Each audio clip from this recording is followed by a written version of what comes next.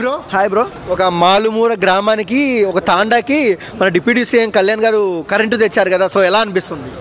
అది చాలా happiness brother. ఒకటే చెప్తున్నా, పవన్ కళ్యాణ్ గారు దేవుడు అంటారు కదా, ఇప్పుడు దేవుడు భయ్యా నిజంగా చెప్తున్నా.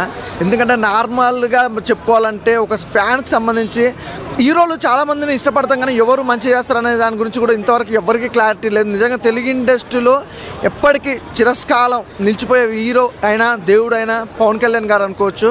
ఎందుకంటే నార్మల్గా అంటే ఎక్కడో అసలు ఆ ఊరు అనేది కూడా తెలియని ప్రాంతానికి తీసుకెళ్ళి అక్కడ కరెంటు తీసుకురావడం, అక్కడ వాళ్ళ బాగోగులుగా అనుకోవడం, ఇంతవరకు ఏ రాష్ట్రంలో కానీ ఎక్కడ కానీ ఏ సీఎంగా అనుకునే రీతిలో అసలు చెప్తున్నా. ఇప్పుడు డిప్యూటీ సీఎంగా ఉంటేనే ఇంత చేస్తున్నా, ఒకవేళ సీఎం అయితే ఆ రాష్ట్రం ఎలా ఉంటుందో చూడండి.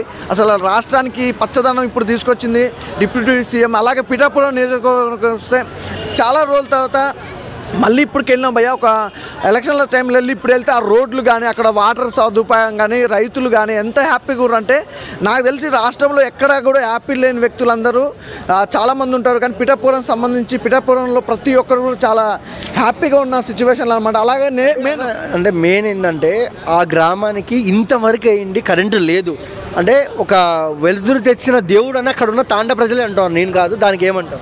దానికి అదే చెప్తాను కదా బ్రదర్, ఒకే ఒక మాట, ఏం లేదు. ఇప్పుడు మనకి 10 లక్షలు ఇచ్చినా కడుపు నిండా అన్నం పెట్టినా కూడా అది వేరే అనిపిస్తుంది. కానీ మనకి కంటి చూపు అనేది మెయిన్ కాబట్టి కంటి చూపుకి తీసుకొచ్చింది దేవుడు వాళ్ళంటే పవన్ కళ్యాణ్ గారు అనుకోవచ్చు.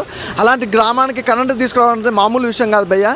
అసలు పట్టించుకోలేని ఊరు కూడా ఇంత బాగా పట్టించుకొని అక్కడ బాగోగులు చూడడం, ఆ తాండకి వెళ్ళడం, అక్కడ కరెంటు తీసుకురావడం, 85 లక్షలు ఎంతో అంటే అంత ఖర్చు పెట్టి ఎవరు చేస్తారు బ్రదర్? ఈ రోజుల్లో ఎవరు చేయరు. ఎవరు స్వార్థం, ప్రతి ఒక్కరు కూడా రాజకీయ నాయకుడికే అయినా కానీ హీరోకైనా కూడా స్వార్థం ఉంటుంది.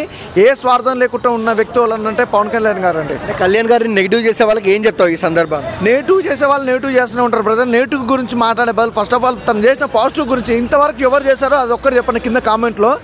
పవన్ కళ్యాణ్ గారు ఏది చేసినా కూడా ప్రజల కోసం ఇంత కష్టపడుతుండు. ఇక దాన్ని కూడా నెగిటివ్ చేయాలంటే ఇంకా మంచి చేసిన కూడా చెడు జరగాలనుకుంటే ఇంకా మీకేం చేయలేము. మీ కష్టాలు మీరు పడండి, అతను మాత్రం మంచి చేస్తాడు పవన్ కళ్యాణ్ గారు, అందులో ఎలాంటి డౌట్ లేదు.